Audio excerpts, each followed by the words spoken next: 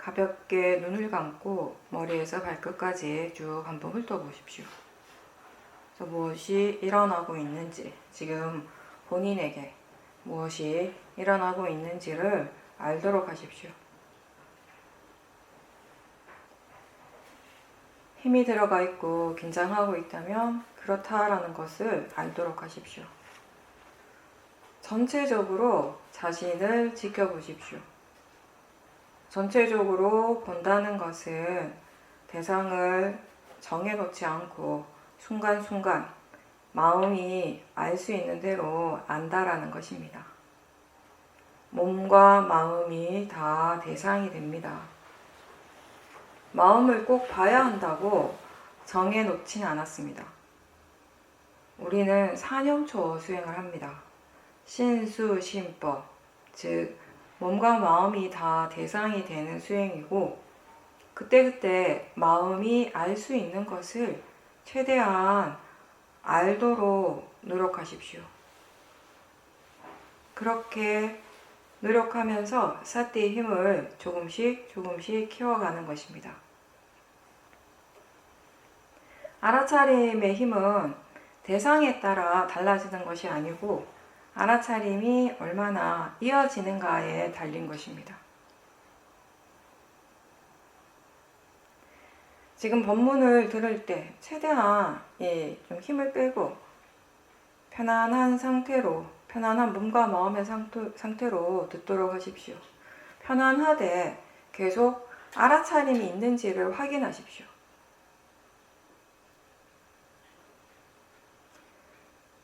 초보자들은 좌선과 행선을 할 때 지금처럼 이렇게 먼저 전체적으로 자신을 지켜보는 것에서부터 시작을 하면 좋습니다.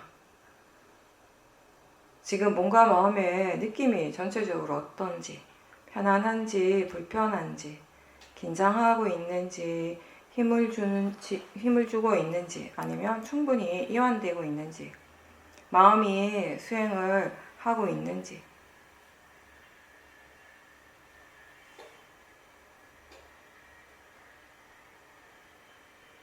좌선이나 행선을 할 때 이렇게 전체적으로 자기 자신을 쭉 한번 훑어보고, 그렇게 훑어보는 것 자체가 이제 알아차림을 하는 거죠. 그렇게 하면서 이제 수행하는 것을 시작을 하는 거예요. 일상에서는 전체적인 느낌을 아는 것을 통해서 마음이 자기 자신을 더 자주자주 향할 수 있도록 연습을 하는 것이 좋습니다. 처음 수행을 시작할 때 올바른 마음가짐은요, 내가 이걸 잘해야 한다 이런 생각이 아니라 수행하는 법을, 수행에 대해서, 그리고 수행하는 법을 제대로 배우고 바르게 배우고 익혀간다라는 그런 생각으로 해야 합니다. 좌선하고 행선할 때뿐만 아니라 일상생활에서도 우리가 문득문득 생각날 때마다 자주 지금 어느 정도의 힘이 들어가고 있는지, 지금 몸과 마음에 힘을 많이 주고 있는지, 편안한지, 그런 것들을 알면서 본인의 일을 하는 습관을 한번 가져보십시오.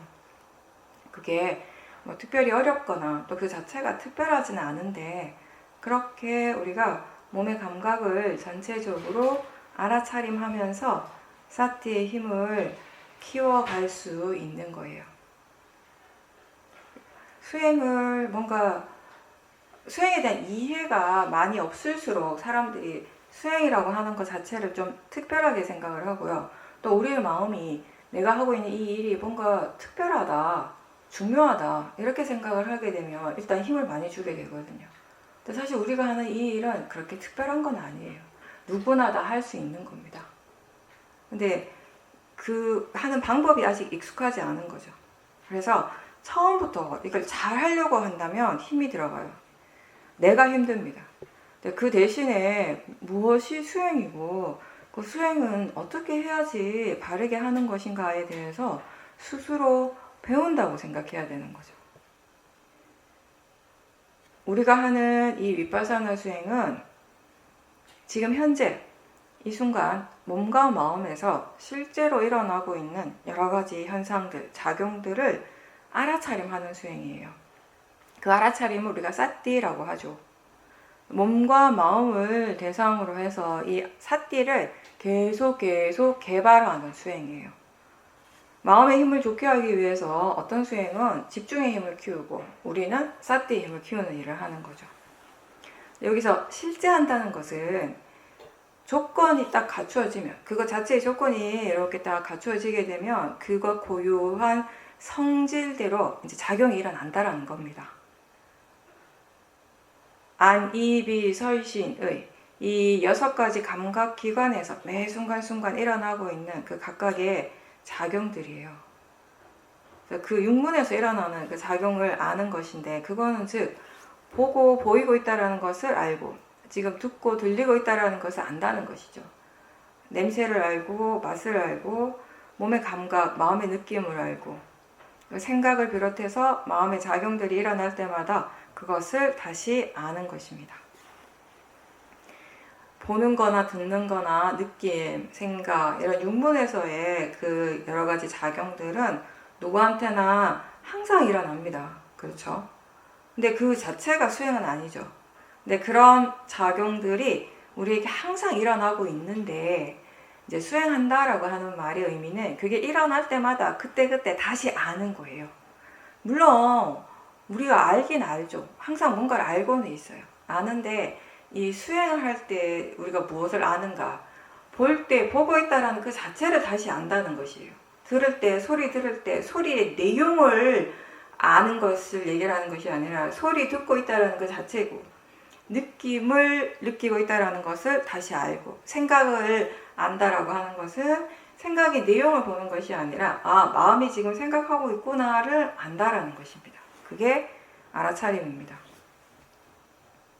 그리고 이 수행을 할 때요, 하나의 대상을 처음부터 끝까지 다 보지 않아도 괜찮아요. 그러니까 호흡 수행을 많이 하시는 분들 중에는 호흡을 딱 처음부터 호흡이 사라질 때까지 끝까지 봐야 된다라고 생각하거나 집중하는 수행을 많이 하는 분들은 하나의 대상을 붙잡고 그걸 끝까지 이제 보기 위해서 노력을 많이 하죠. 근데 우리는 그렇게 그런 하나의 대상을 딱 붙잡고 끝까지 봐야 된다 이런 얘기는 하지 않습니다. 대상을 붙잡지 말고요. 대상을 따라가지 말고 그냥 여기서 지켜보는 거예요. 바라보는 거예요. 대상을 쫓아가는 것이 아니라 대상을 바라보는 것입니다. 대상을 지켜보는 것입니다. 그래서 그냥 보통의 마음으로, 일상적인 그런 마음의 느낌으로 가볍게 바로바로 알 수 있는 그런 정도의 사띠를 하는 겁니다. 대체로 수행을 할 때는 아무래도 이제 수행자들이 지금 일어나는 대상을 좀 분명하게 보고 싶어 하죠. 그게 그렇게 분명하게 볼 때 뭔가 수행을 잘하고 있다라고 느껴지기도 합니다. 근데 우리는 그 대상을 분명하게 보고자 하는 노력보다는 대상은 좀 대충 알더라도 여러 가지 지금 대상들이 일어나고 있구나 이렇게 가볍게 알 수 있는 그런 사띠가 더 좋습니다. 대상보다는 지금 알아차리고 있는가가 중요합니다. 그렇게 알아차림이 이어지고 할 때 알아차림 자체가 점점 더 분명해지게 되고요. 대상 또한 더 분명해지게 됩니다. 대상이 분명하지 않을 때 분명하지 않다고 아는 그 알아차림이 있으면 되는 거예요. 우리는 대상을 개발하는 수행이 아니라 알아차림을 개발하는 수행을 합니다. 그렇다면 우리가 관심을 둬야 되는 부분이 대상이 아니라 알아차리는 마음이겠죠. 근데 처음에는 마음에 대해서 잘 모르니까 뭐가 마음인지, 마음이 이미 일어나고 있지만 그게 마음이라는 것 자체를 모르기 때문에, 근데 그에 비해서 대상의 부분은 좀 분명하죠. 그냥 관념적인 내용들이 드러나게 되니까 대상은 훨씬 알기가 쉬워요. 그래서 처음에는 그 대상을 좀 쫓아가게 되고 대상을 분명하게 보고 싶어 하고 대상 쪽에 집중하고, 그러다 보면 대상이 푹 빠져가지고 사띠를 놓치는 경우가 종종 있습니다. 특히 초보자들은 대상이 지금 막 분명할 때 수행이 잘 되고 있다라고 생각하는데, 물론 그럴 때도 있지만, 잘 돼서 대상이 분명하게 드러날 때도 있지만, 어떤 때는 본인이 대상에 대해서 계속 생각하고 있는 거예요. 알아차림이 아니라. 근데 뭔가가 분명하게 알아지고 있으니까, 그 알미, 실제로 아는 알미 아니라 관념적인 알미인데, 뭔가 분명하게 알아지니까 본인이 지금 수행을 하고 있다라고 생각을 하는 거죠. 그래서 알고 있는지, 쌀띠 있는지 확인을 자주자주 하십시오. 육문에서 일어나는 것은 무엇이든지 다 알 수 있도록 노력하십시오. 특별하게 수행에 더 좋거나 더 나쁜 대상은 따로 없습니다. 무엇이든지 지금 알 수 있는 대로 최대한 알도록 노력하십시오. 강력하게 하나에만 꽂히는 그런 집중력이 아니라 지금 이 몸과 마음에서 일어나는 것, 이 육문에서 일어나고 있는 것을 최대한 많이 알아차릴 수 있는 그 힘을 계속 키워가는 겁니다. 개발하는 겁니다. 그렇게 하다 보면 이제 알아차림이 점점 좋아지게 되면 한 번에 여러 가지 대상들을 아는 것이 어렵지 않게 잘 되는 거죠. 수행은 기본적으로 우리가 좋은 마음을 키우는 일이라고 합니다. 그 좋은 마음을 키우는 그 수행의 방법에서 불교에서는 사마타와 비파사나 두 가지가 있고요. 우리가 수행을 통해서 이렇게 키우게 되는 좋은 마음은 오력으로서 대표됩니다. 사띠, 사마디, 위리야, 신심, 지혜죠. 이 중에서 사띠, 알아차림이 가장 기본이 됩니다. 여기서부터 이제 시작을 하는 거예요. 그리고 알아차림과 바른 견해가 있어야지 바른 노력, 위리야가 이제 생기게 되는 거죠. 위리야라고 하는 건, 바른 노력은 수행을 계속하게 하는, 지속하게 하는 그 힘입니다. 바른 견해가 있고 알아차림이 계속 이어질 때, 바른 노력이 있을 때 이제 마음은 대상에 동요하지 않고 고요하고 안정적이 되는 겁니다. 그게 이제 사마디죠. 우리가 꼭 집중을 하지 않더라도 이렇게 사띠와 지혜의 힘이 충분히 좋으면 마음은 고요해지게 되는 겁니다. 그리고 그 고요함을 바탕으로 해서 이제 우리에게 일어나는 이 여러 가지 법의 고요한 성질을 이해하는 지혜, 통찰의 지혜도 일어나게 되는 것입니다. 마음이 고요하지 않고 들뜨는 진짜 이유는 대상 때문이 아니라 생각이 바르지 않기 때문입니다. 그렇다면 우리가 어떻게 하면 생각을 바르게 할 수 있을까? 견해가 바르게 되어야 되는 것이죠. 마음가짐이 바를 때 우리는 수행에 대해서도 그리고 지금 일어나는 대상들에 대해서도 탐진치 없이 바르게 생각을 할 수 있게 됩니다. 보통 일반적으로 수행자들이 이렇게 들떠있고 산란한 이 마음을 가라앉히고 고요하기 위해서, 고요해지기 위해서 수행을 하고 명상을 하는 경우가 많은데, 우리가 하는 이 위파사나는 좀 다릅니다. 이 일은 고요함을 닦는 것, 그 고요함이 목적이 아니라 지혜를 개발하는 수행이죠. 여기서 지혜라고 하는 것은 여러 가지가 있겠지만 결국 이 우리에게 일어나는 법, 이 법의 고요한 성품을 이해하는 것입니다. 몸과 마음에서 매 순간 일어나고 사라지는 이 각각의 법의 고유한 성품을 이해하기 위해서 우리는 알아차리는 것입니다. 예를 들어서 화를 지켜보는 이유는 화를 빨리 없애서 마음을 고요하게 만들기 위해서가 아니라, 화라고 하는 것, 이 화의 마음이 어떤 것인지, 어떤 마음인지에 대해서 근본적으로 이해하기 위해서 하는 거죠. 그래서 알아차림은 자기 자신을 굉장히 객관적으로 바라보는 일이에요. 이런 객관적인 시각으로 바라보면서 예전에 미처 알지 못했던 새로운 것들을 많이 알게 되는 것입니다. 그러면서 이제 마음이 지금 자신에게 일어나고 있는 것들에 대해서 뭔가 좀 궁금해하는 거죠. 그러면서 이전에는 하지 않았던 뭔가 근본적인, 근원적인 그런 질문들을 하게 되는 것이에요. 마음을 지켜보면서 도대체 이 마음은 뭔가? 이 마음은 왜 이렇게 일어나는가? 이게 일어나는 진짜 원인이 뭔가?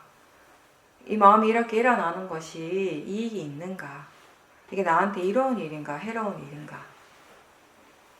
이런 것들을 이제 궁금하게 생각하고 질문을 하게 될 때 우리는 이제 자기 자신에 대해서 이전과는 좀 다르게 접근을 하게 되는 거예요. 수행하기 이전에는 나한테 만약에 이런 일이 일어나면 그건 당연히 화가 날 거예요. 화가 나는 일입니다. 어떤 사람이 나한테 어떤 해서는 안 될 말이나 내가 싫어하는 말이나 행동을 했다면 이건 당연히 내가 화가 날 일이고, 또 어떤 특정한 대상에 대해서 좋아하는 마음을 일으키는 것, 그게 대상이 너무 좋은 거니까 당연하다라고 그렇게 생각을 했다면 지금은 이제 그러한 것들을 다 그냥 대상으로 바라보려고 노력을 합니다. 그러면서 이게 좋아하고 싫어할 대상이 아니라 그냥 알아지는 성질이라는 것을 우리가 알 때 대상 자체는 같은데 그것에 대해서 반응하는, 일어나는 마음이 굉장히 달라지게 되는 거죠. 수행에서 우리가 알아차리는 대상들은요, 사실상 전혀 새로운 것은 아니잖아요. 보고 듣고 느끼고 생각하고 이런 것들, 우리에게 그냥 항상 일어나고 있었던 그런 정신적, 물질적인 현상들입니다. 그리고 그런 것들이 일어날 때 거기에 대해서 즉각적으로 뭔가 좋거나 싫어하는 그런 마음들이 일어나는 것도 굉장히 우리한테 익숙한 마음의 반응이고요. 지금까지는 수행하기 전에는 그게 왜 그렇게 일어나야 되는 건지, 그렇게 일어나는 것이 과연 적절한 건지, 정말 이익이 있는지, 필요한지, 그런 것들에 대해서 우리가 전혀 이해하지 못했고 그냥 그렇게 일어나는 것 자체를 당연하게 받아들였죠. 습관적으로 그런 마음들이 일어났습니다. 그거는 모아가 있었기 때문이죠. 지혜가 개발되면 이런 마음의 패턴들, 우리가 오랫동안 반복되어서 일어났던 그런 마음의 패턴, 특히 번뇌가 일어나는 그런 이 구조, 번뇌의 패턴을 우리가 이제 물러나서 지켜보게 되는 거예요.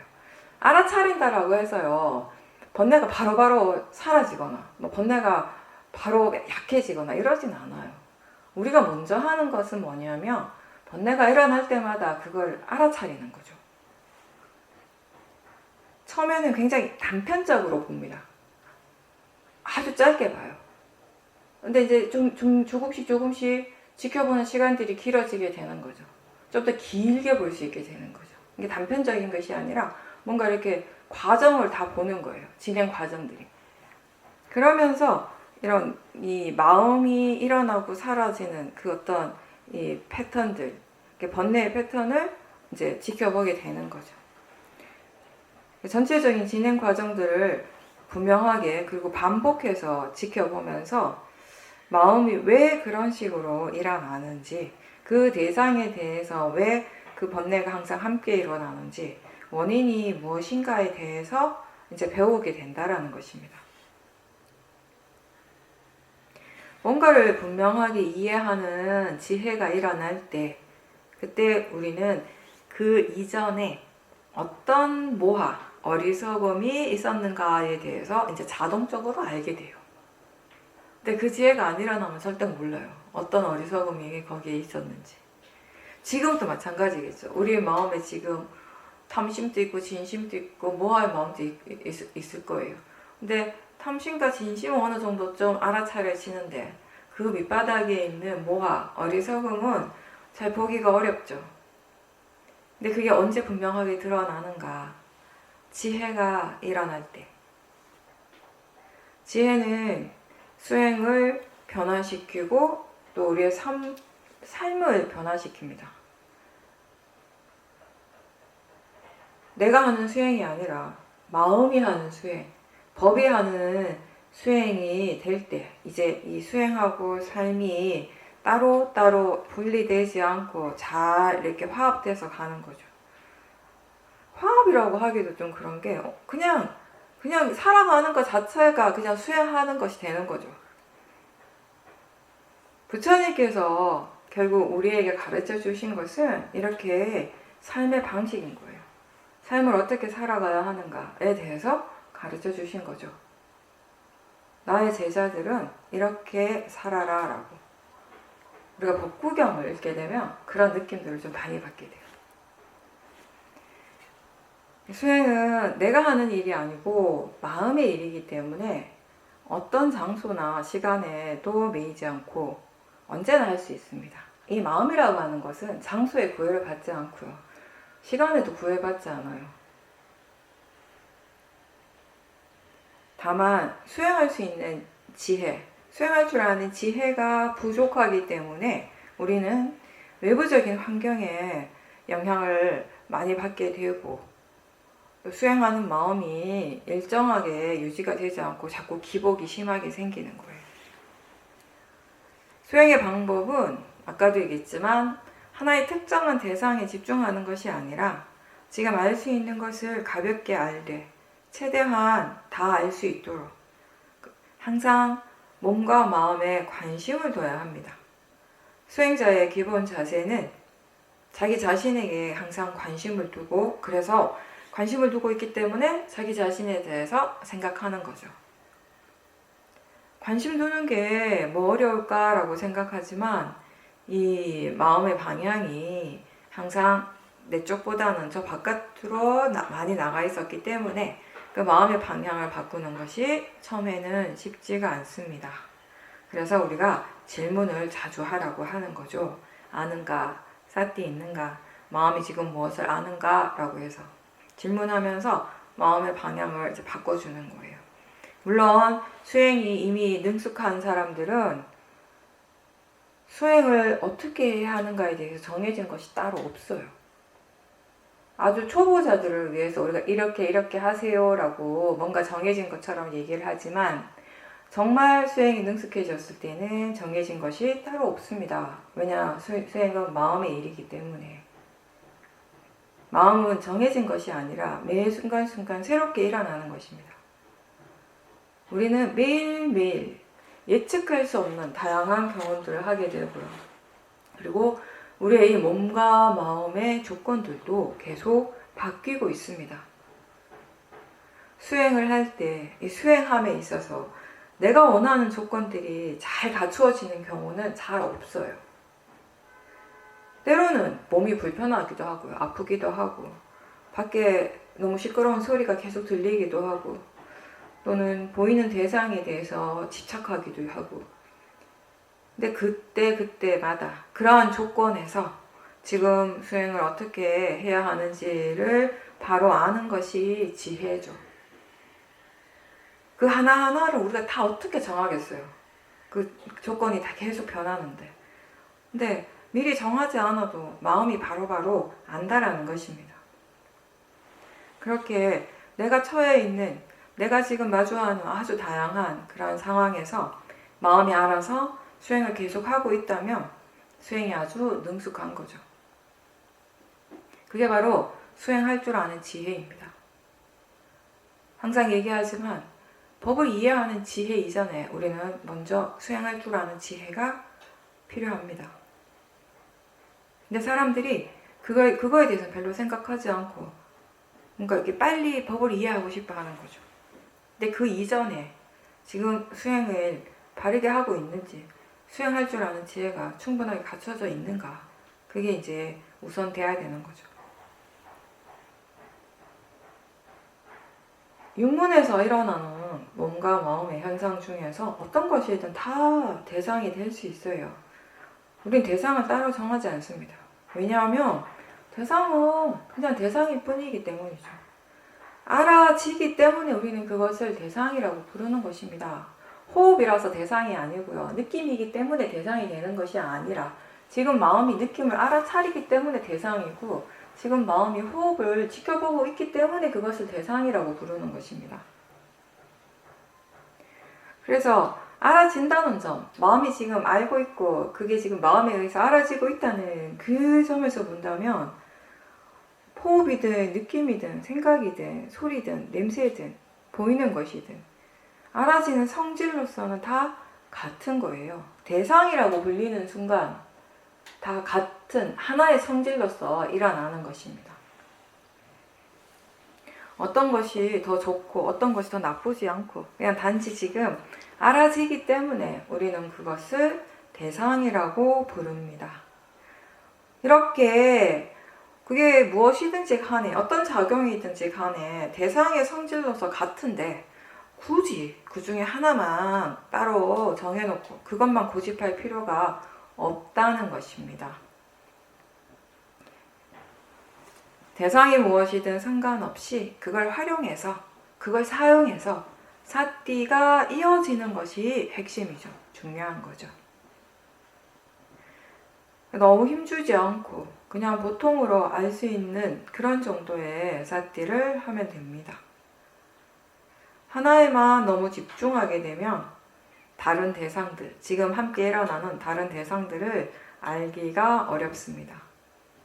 소리 들을 때 소리의 내용에만 너무 집중하면 몸의 감각이나 생각과 같은 지금 너무 분명하게 일어나고 있는 그런 작용들을 다 놓치게 되는 거예요.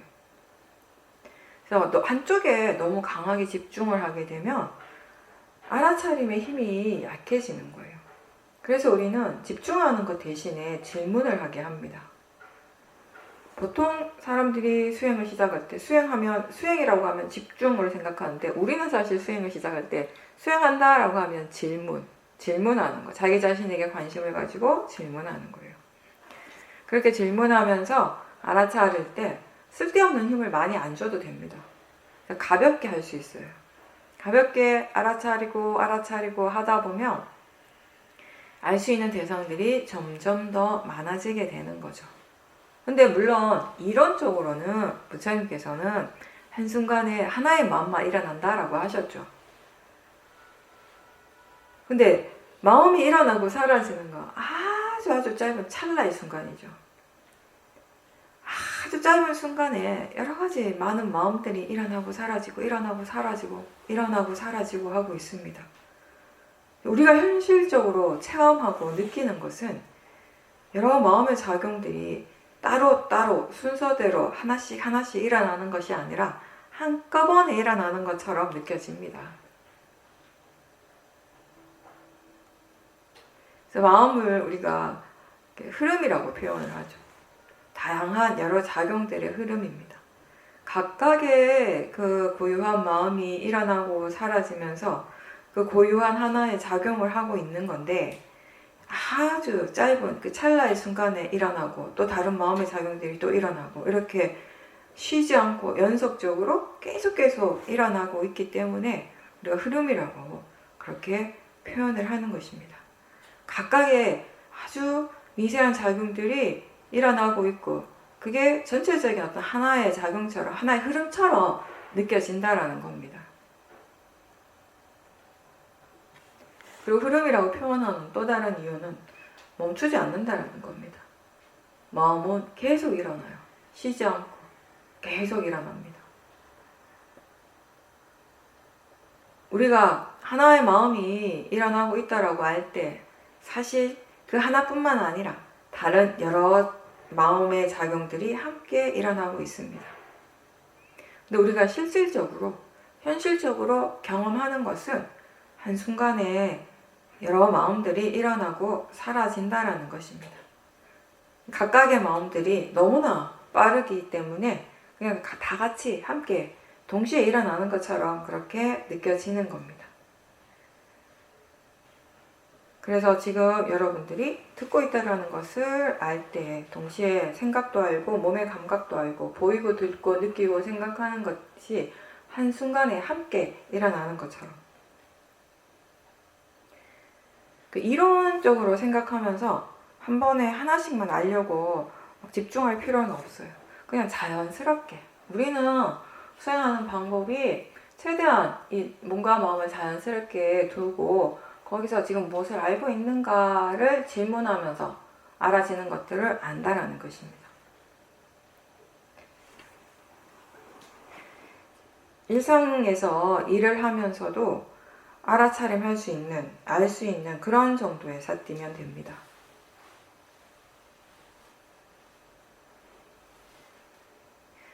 자기 자신을 항상 지켜봐야 한다는 것을 알지만 처음에는 자주 잊어버리죠. 수행해야지라고 생각하지만 삿띠가 없을 때가 많죠.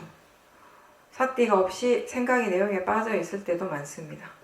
그래서 아직 이 수행하는 것이 능숙하지 않다면은 초보자일수록 질문을 많이 하는 것이 가장 도움이 됩니다. 지금 알아차리는가, 아는가, 마음이 무엇을 알고 있는가. 이런 질문은 누구나 할 수 있고 전혀 어려운 일이 아니에요. 근데 이렇게 질문하는 순간 마음이 확 깨어난다는 겁니다. 알아차림이 바로바로 일어납니다. 그렇게 해서 내가 막 애를 쓰고 힘을 주는 그런 수행이 아니라 가볍게 그리고 자연스럽게 이렇게 알아차림이 일어나는 그런 연습을 계속 하는 거예요. 누구나 다 처음에는 잘 못해요. 처음부터 잘하는 사람은 없습니다. 그래도 꾸준하게 하다 보면 또 누구나 다 익숙해질 수 있습니다. 내가 질문해야지라고 따로 의도하지 않는데 질문이 저절로 나오고 있다면 일상에서 그만큼 수행이 익숙해진 거죠. 이 수행에서 가장 중요한 거는 견해죠. 어떤 마음으로 수행하는가. 수행을 하는 그 전반적인 그 마음의 밑바탕에 어떤 견해가 있는가. 마음가짐이 어떠한가. 전체적인 이 수행의 방향성이 어떤가를 보여주는 거죠. 이 바른 견해를 우리는 두 문장으로 딱 표현을 해요. 대상은 단지 대상일 뿐이라는 거. 일어나고 사라지는 것은 자연적 이치다. 대상은 단지 대상일 뿐이라는 것은 아까 다 설명을 했습니다. 알아지는 성질이라는 거. 일어나고 사라지는 것은 자연적 이치라는 거죠. 빠라마타, 실제 하는 법은 나하고 상관없습니다. 각각의 고유한 성질이 그 각각의 조건에 따라서 일어나고 사라진다라는 것입니다. 수행하는 마음에 견해가 바르면 마음은 자연스럽게 대상으로부터 이렇게 떨어져요. 물러나게 돼요. 이 수행은 대상으로부터 점점 물러나는 수행이에요. 수행하는 마음에 번뇌가 없을 때 우리는 물러나서 대상에서 물러나서 그 대상을 떨어져서 이렇게 지켜볼 수 있게 돼요. 그렇게 볼 때 이제 지혜가 일어나게 되는 것이죠. 대상은 항상 일어나고 있어요. 지금 이 순간에도 일어나고 있습니다. 수행자가 해야 할 일은 대상 자체를 어떻게 하고자 하는 것이 아니라 그 대상을 통해서 알아차림이 계속 이어지도록 노력하는 거죠. 대상은 대상의 이치대로, 대상의 성질대로 일어나고 있습니다. 선법의 마음이나 불선법 또한 마찬가지예요. 번뇌도 그것이 일어나는 성질은 자연적 이치예요. 그게 일어날 원인이 있기 때문에, 조건이 있기 때문에 일어나는 것입니다. 내가 원하지 않는다고 해서 안 일어날 것이 아니라 일어날 조건이 갖춰진 것은 반드시 일어나게 된다는 것입니다.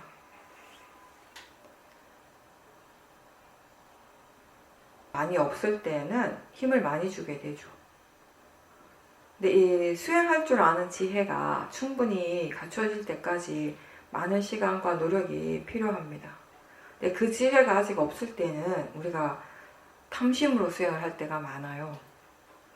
탐심 때문에 너무 과하게 막 애를 쓰게 되고 나는 열심히 한다라고 하는데 그게 너무 탐심의 마음으로 필요 이상의 힘을 너무 많이 주는 거죠. 그래서 많은 에너지를 소모하고 지치게 되고. 수행이 왜 힘들까요? 왜 수행하는 게 힘들게 느껴집니까?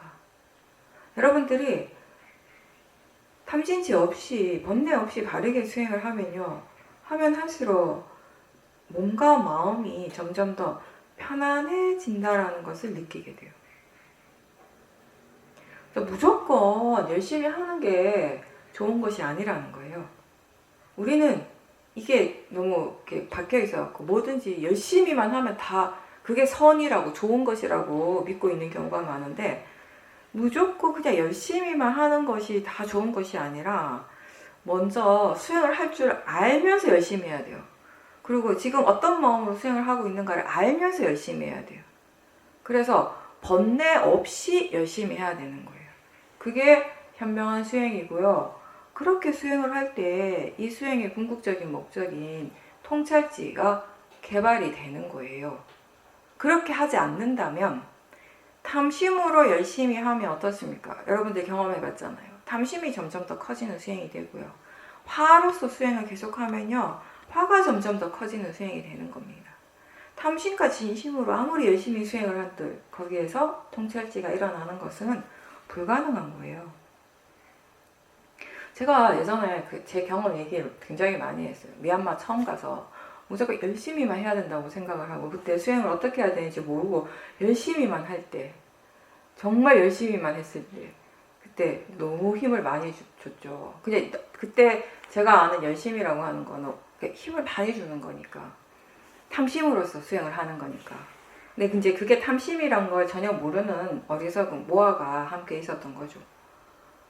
그래서 수행이 세상에서 가장 힘든 일이 됐어요. 나중에는 너무 힘든 거예요. 이게 이 심리적으로 마음만 힘든 것이 아니라 육체를 굉장히 힘들게 했어요. 몸과 마음이 너무 지치게 그렇게 만들었던 거죠. 그때 그 체험이 너무 강해서 지금도 잊어버릴 수가 없어요. 그때 내가 얼마나 힘들게 수행을 했는가. 그러니까 얼마나 열심히 수행을 했는가가 아니라 그때 얼마나 힘들게 수행을 했는가. 우리가 길을 가다가 크게 넘어지면 아픈 강도도 강하죠. 근데 그걸 또 잘 이겨내면 거기서 배우는 것도 또 커요. 그래서 결과적으로 이제 그 일이 나한테 그냥 단순히 괴롭고 힘든 기억이 아니라 뭔가 분명하게 이해하게 된 좋은 기억이 되는 거죠. 그때 왜 그렇게 힘들었던가를 나중에 이제 이해를 하게 됐기 때문에. 그래서 억지로 힘을 무조건 많이 줘서 하는 수행이 얼마나 수행자를 지치게 하는지 힘들게 하는지를 분명하게 배우게 한 좋은 경험이었던 거죠. 근데 그때는 또 그렇게 할 수밖에 없었어요. 왜냐하면 내가 알고 있는 전부였기 때문에. 그것이 우리가 모르는 건 할 수가 없잖아요. 내가 아는 만큼 하는 거니까. 그래서 수행에 대해서 우리가 바르게 알고 해야 된다라고 얘기를 하는 거죠. 그래서 수행을 어떻게 해야 하는지를 바르게 알 때 이제 우리가 불필요한 힘을 쓰지 않을 수 있게 되는 거죠. 이 노력이라고 하는 것이 너무 지나쳐도 안 되고 또 너무 부족해도 안 되겠죠. 게을러지면 안 되죠. 그래서 우리가 수행을 할 때 자신이 지금 어느 정도의 힘을 쓰는지, 수행하기 위해서 어느 만큼의 에너지를 사용을 하고 있는지를 한 번씩 살펴보라고 해요. 그리고 대부분의 경우는 그것보다 힘을 조금 빼는 연습이 필요합니다. 왜냐하면 자기 자신이 이렇게 지금 적당하다, 필요하다라고 생각하는 것보다 대체로 그것보다 더 적은 에너지로도 우리는 수행을 충분히 할 수 있습니다. 그걸 알게 되면 몸과 마음의 힘이 저절로 덜 쓰게 되죠. 수행을 해서 우리가 마음의 힘이 좋아졌다라고 표현할 때 그때 그 마음의 힘은 물리적인 힘을 많이 쓰는 것과는 전혀 다른 상태거든요. 바른 노력은 힘을 주고 애쓰는 것이 아니라 알아차림을 포기하지 않고 꾸준하게 계속 해나가는 것입니다. 그래서 사띠가 없다는 것을 알 때 거기에서 다시 시작하고 또 다시 시작하고 다시 시작할 수 있는 그런 마음, 그런 노력입니다. 꾸준함이라고 하는 것이 수행에서 가장 큰 무기가 됩니다. 오랫동안 수행을 해 나갈 때 법은 반드시 그 힘을 드러내게 돼요.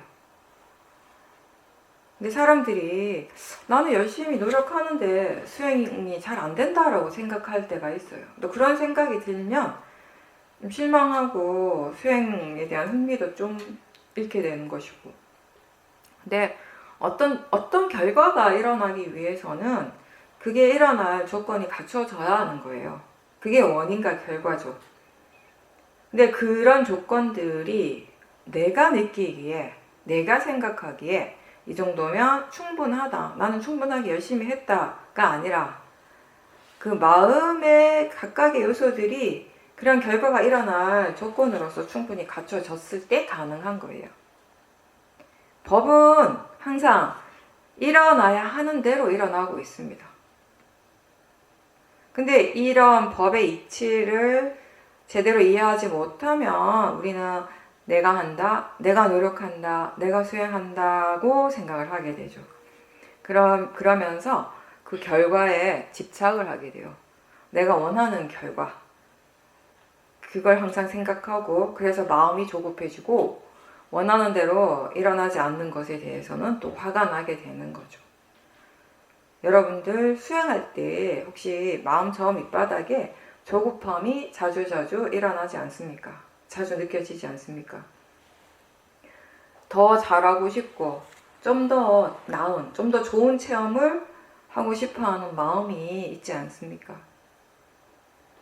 이런 마음들이 계속 일어나게 되면 결국 지금 내가 체험하고 있는, 나한테서 일어나고 있는 진짜 수행을 자꾸 못 보게 돼요.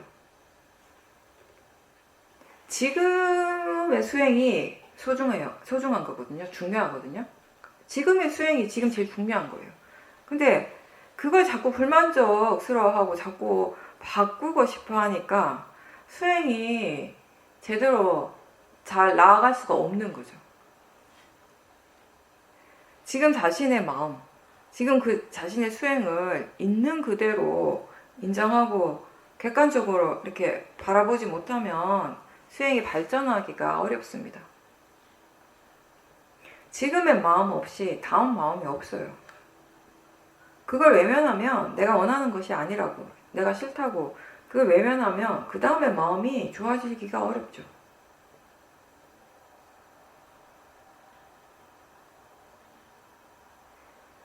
그래서 우리가 이 원인 결과라는 자연적 이치를 이해할 때 일어나는 것을 일어나는 대로 받아들일 수 있게 되고요. 그렇게 했을 때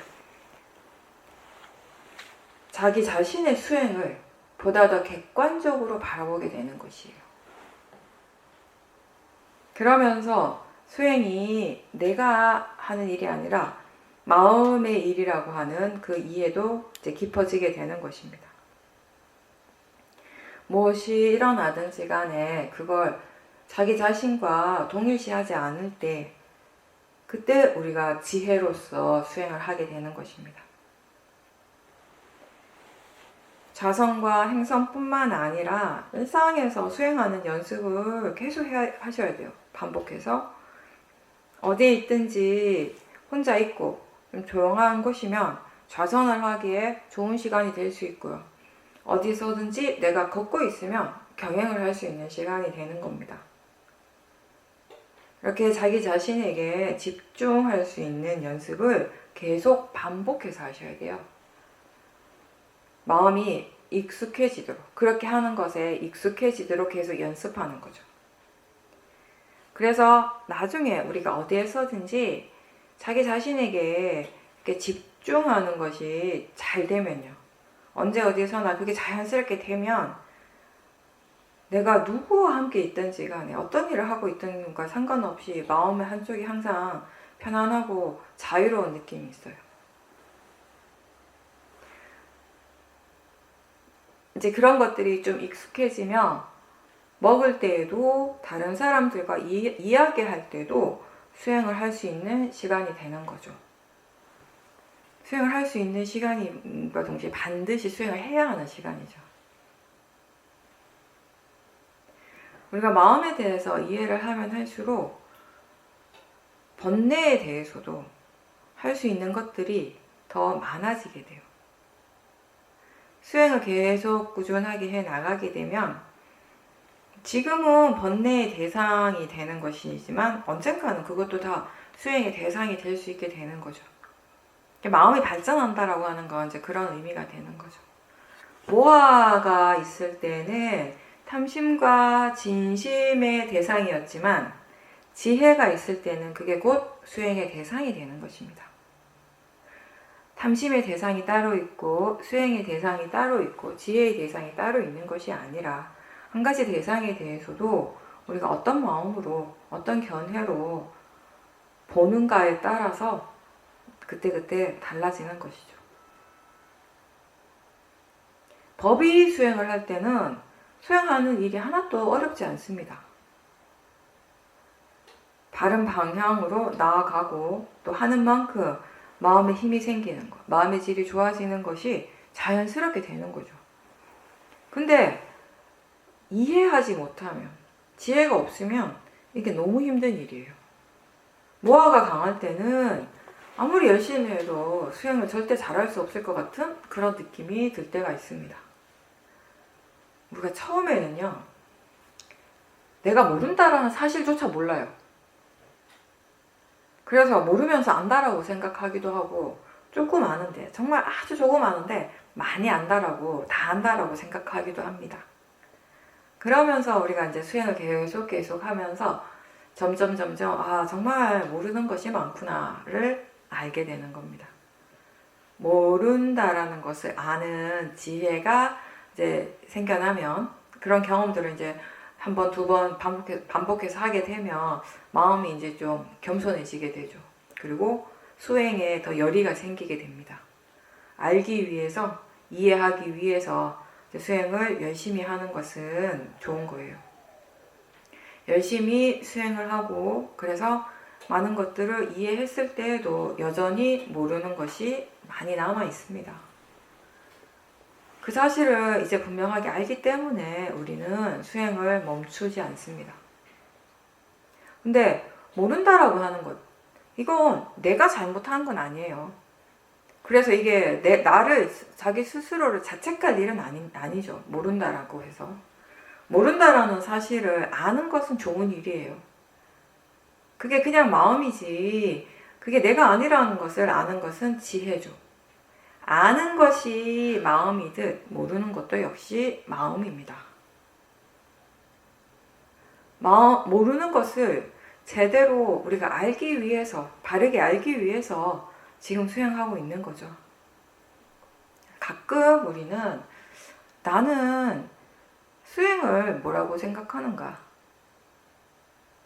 왜 수행을 하는가? 나는 왜 수행을 하지? 라는 질문을 스스로에게 던져볼 필요가 있어요.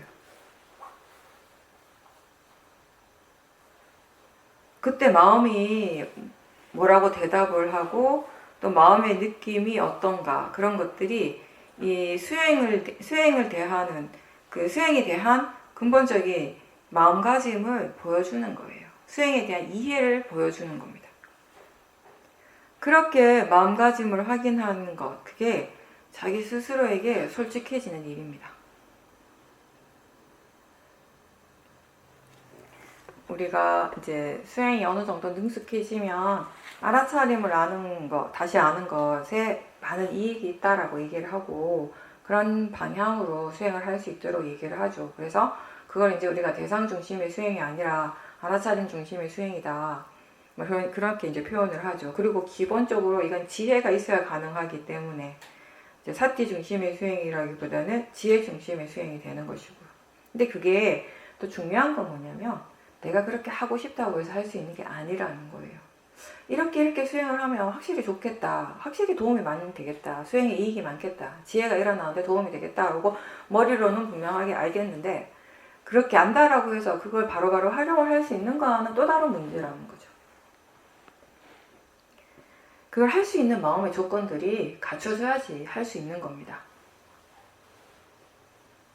그렇게 되어지는 것이지 내가 할 수 있는 것이 아니라는 거죠. 알아차림의 가속도가 생겨야 되고 이 사티 사마디 지혜, 오력의 힘이 전체적으로 다 좋아지게 되었을 때 자연스럽게 그렇게 될 수가 있는 겁니다. 근데 또 어떨 때는 되다가 또 어떨 때는 안 되기도 합니다. 수행하는 마음이 계속 바뀌니까, 마음의 질이 계속 달라지니까. 항상 그렇게 안 돼도 또 괜찮아요. 아, 지금 알아차림이 이렇게 일어나고 있구나, 알아차림이 이런 식으로 지금 일하고 있구나, 작용하는구나, 그렇게 알면 됩니다.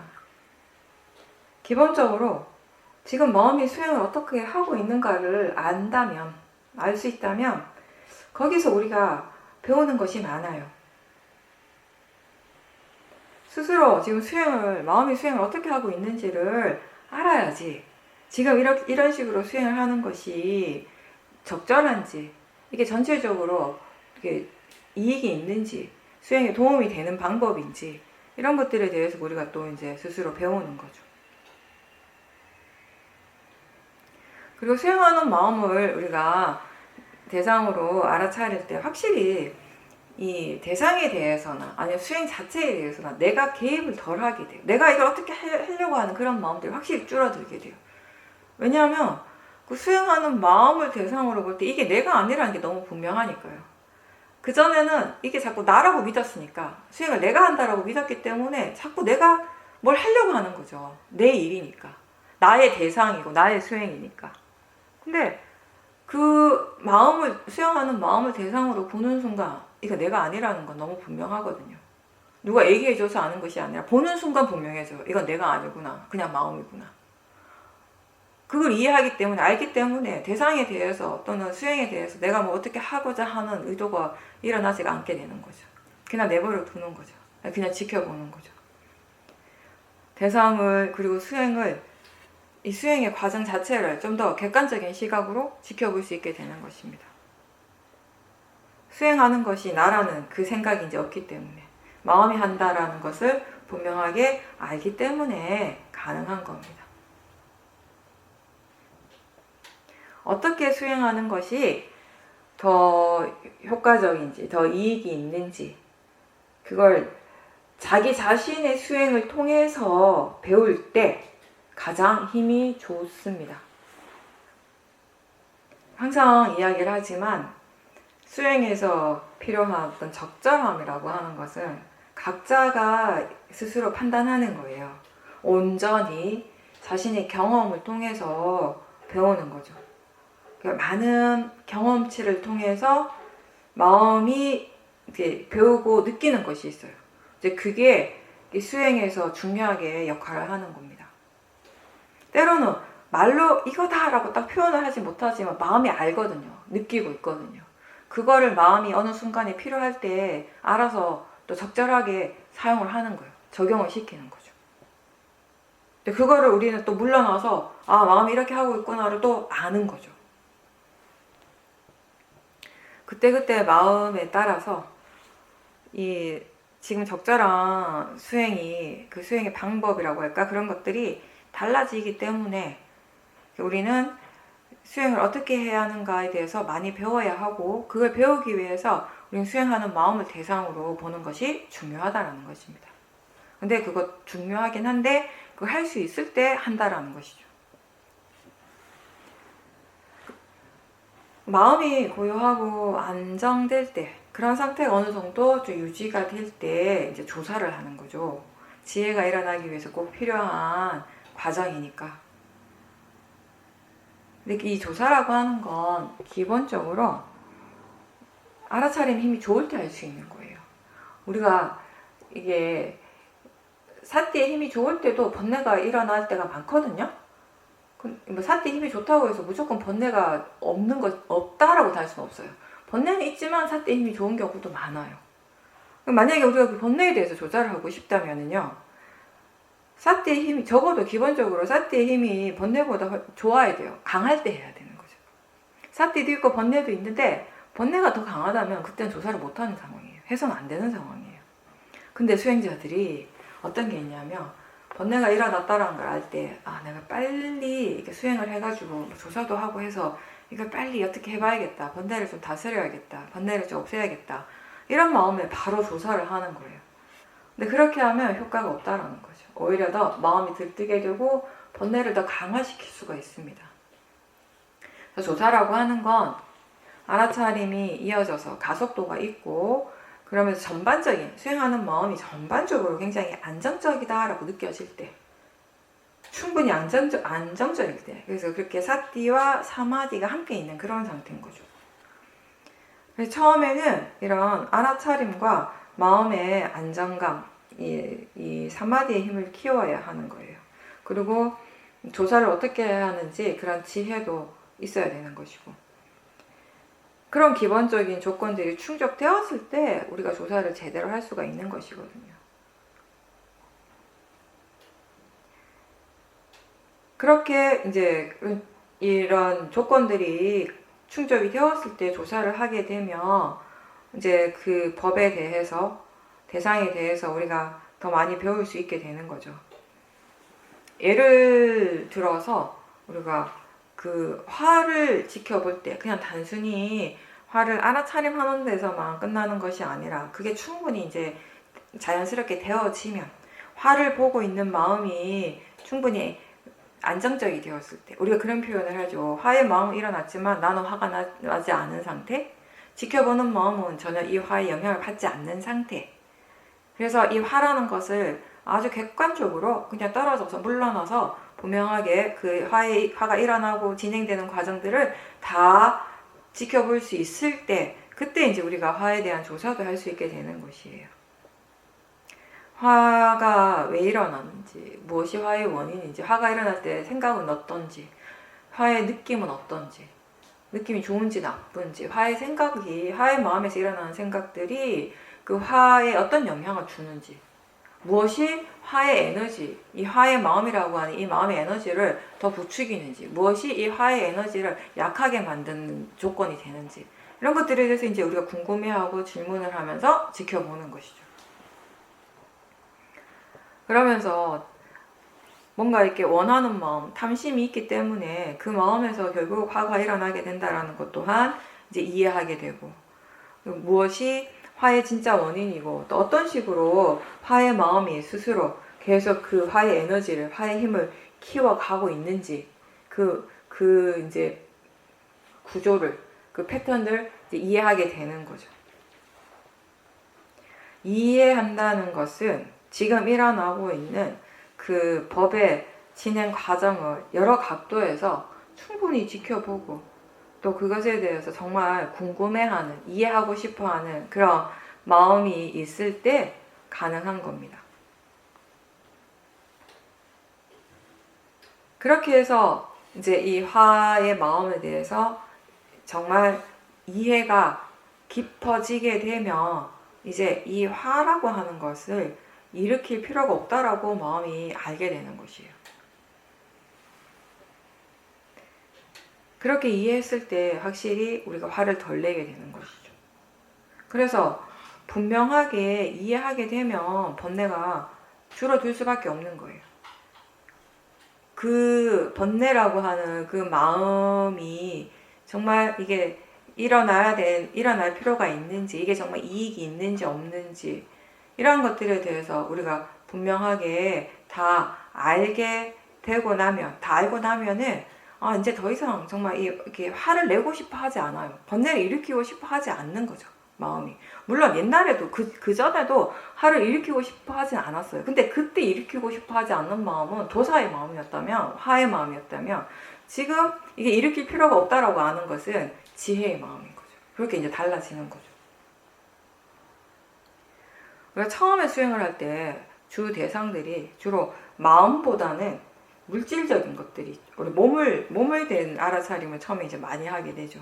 그러면서 이제 이 사띠의 힘이 점점 좋아지게 되고 마음을 분명하게 볼 수 있게 되었을 때 처음에는 그게 마음이라는 것을 금방 인지하지 못할 때가 있어요.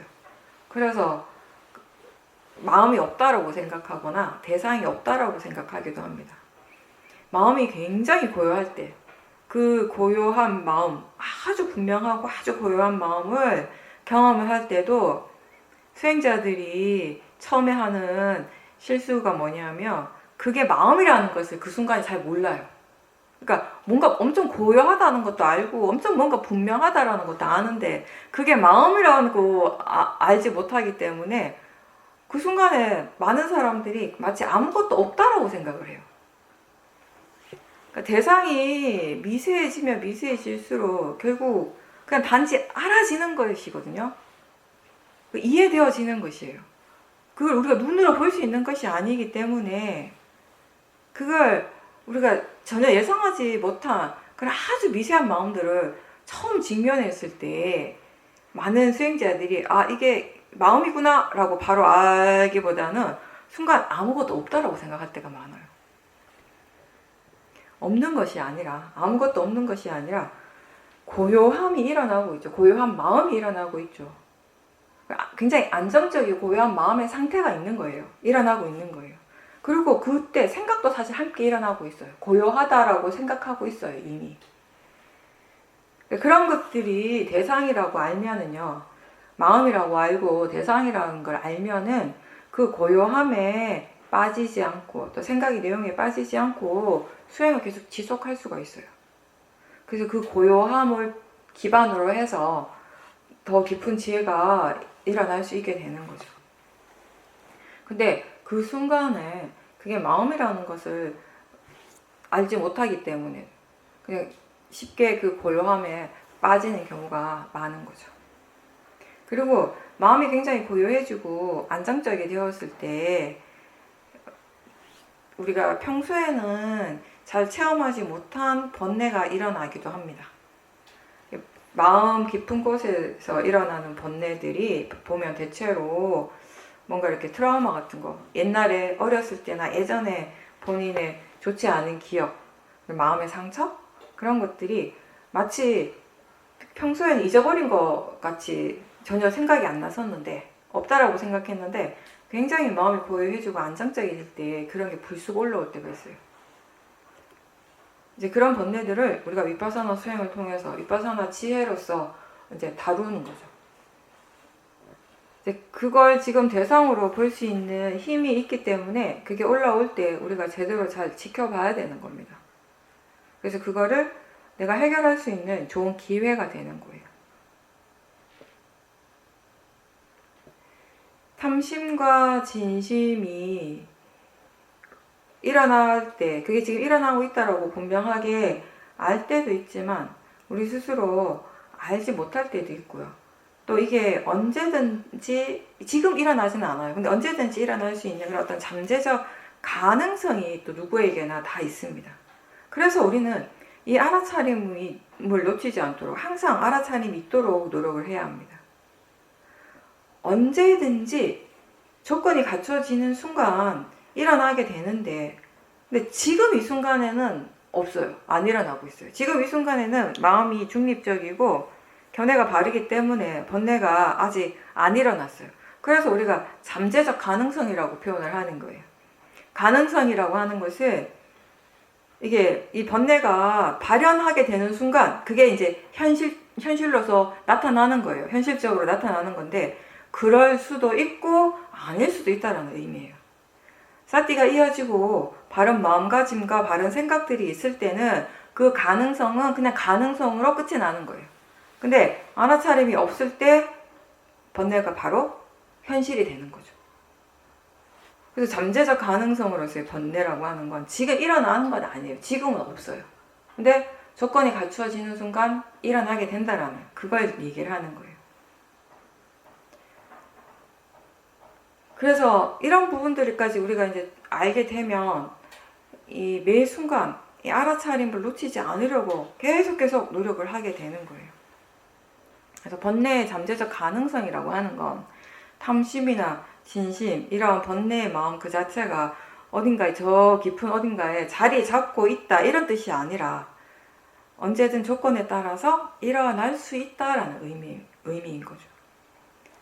마음 그 자체가 어딘가에 있는 게 아니고 지금 일어나고 있는데 내가 모르는 것하고도 다른 거죠, 이거는. 어떨 때는 번뇌가 일어나고 있는데 우리가 모르는 경우도 있어요. 근데 이거하고는 다른 거죠. 열심히 우리가 계속 수행을 꾸준하게 해 나갈 때, 그래서 이 사티 사마디 지혜의 힘이 점점 좋아지게 될 때, 이미 일어난 지혜의 힘이 그걸 통해서 약해지는 것뿐만 아니라 아직 일어나지 않는 이런 번뇌의 잠재적 가능성도 함께 줄어들게 되는 거죠. 아직 일어나지 않은 번뇌들이 계속 안 일어날 수 있게 된다는 거죠. 법은 자연적 이치대로 일어나고 흘러갑니다. 그래서 원인과 결과로서, 원인에 따른 그 결과로서 받아들이면 되는데, 그럼 되게 단순하죠, 사실. 그렇게 받아들여야 할 것에 대해서 우리가 거부하고 싫어할 때 이 마음이 이제 괴로워지는 거죠. 근데 거기에는 모화가 있는 겁니다. 어리석음이. 손에 뜨거운 것을 움켜쥐고 내려놓지 못하면서 막 괴로워하는 거죠. 근데 내려놓으려고 하기는커녕 어떨 때는 그걸 오히려 더 움켜쥐려고 할 때가 있어요. 엄청난 모호한 거죠, 거기에는. 무엇이 괴로움의 원인인지 자체를 모르기 때문에, 본인이 지금 왜 이렇게 괴로운지, 뭐 때문에 이렇게 뜨거워하는지를 모르니까 점점 더 괴로운 쪽으로 가는 거죠, 스스로. 그런 그 뜨거움을 식혀주는 것이 바로 알아차림과 지혜입니다. 자기 자신을 섬으로 삼고 법을 섬으로 삼는다는 것은 결국 우리가 바른 견해를 바탕으로 인내심을 가지고 끈기 있게 계속 수행을 해 나가는 것이에요. 수행할 줄 아는 지혜가 있을 때 우리는 그 지혜를 믿고 계속해 가는 것입니다. 법을 이해하는 지혜가 일어났을 때 우리는 스스로를 의지하고 법에 의지할 수 있게 되는 것입니다. 그 6가지 감각기관과 대상이 만나서 일어나는, 체험하게 되는 것이 우리의 현재입니다. 그래서 듣는 것이 바로 지금 현재의 일이고요. 느낌이 바로 지금 이 순간의 일이고, 생각이 바로 지금 현재의 일입니다. 이렇게 현재를 아는 순간이 살아있는 순간이고 깨어있는 순간이라고 했습니다. 자기 자신에게 일어나고 있는 이 현재의 순간을 놓치지 않도록 알아차리도록 노력해야 합니다. 항상 깨어있도록, 게으르지 않고 깨어있도록 부지런하게 노력을 해야 되죠. 부처님의 마지막 말씀이 바로 게으르지 말라는 말씀이었습니다. 자기 자신을 알아차리는 이 일을 부지런하게 계속 하라고 하셨어요. 그리고 부처님께서는 게으르고 자기 자신을 돌아볼 줄 모르는 사람은 이미 죽은 거나 마찬가지라고 하셨어요. 우리가 죽음에 대해서 얘기하면 대부분의 사람들이 두려워하고 내가 죽을까봐 엄청 불안해합니다. 근데 알아차림이 없는 순간 이미 죽은 거라는 거죠. 근데 이 죽음에 대해서는 우리가 별로 두려워하지 않는 거죠. 여러분의 마음은 지금 살아 있습니까? 매 순간 죽지 않고 살아 있도록 우리가 항상 노력을 해야 합니다.